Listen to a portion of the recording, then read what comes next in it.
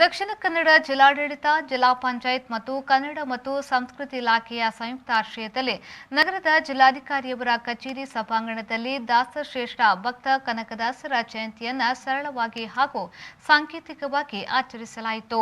ರಾಜ್ಯ ವಿಧಾನ ಪರಿಷತ್ಗೆ ದಕ್ಷಿಣ ಕನ್ನಡ ಸ್ಥಳೀಯ ಸಂಸ್ಥೆಗಳ ಮತಕ್ಷೇತ್ರಕ್ಕೆ ಚುನಾವಣೆ ನಿಗದಿಯಾಗಿರುವ ಕಾರಣ ಚುನಾವಣಾ ನೀತಿ ಸಂಹಿತೆ ಜಾರಿಗೊಂಡಿದೆ. ಆದ್ದರಿಂದ ಈ ಬಾರಿ ಸರಳವಾಗಿ ಜಯಂತಿಯನ್ನು ಆಚರಿಸಲಾಯಿತು.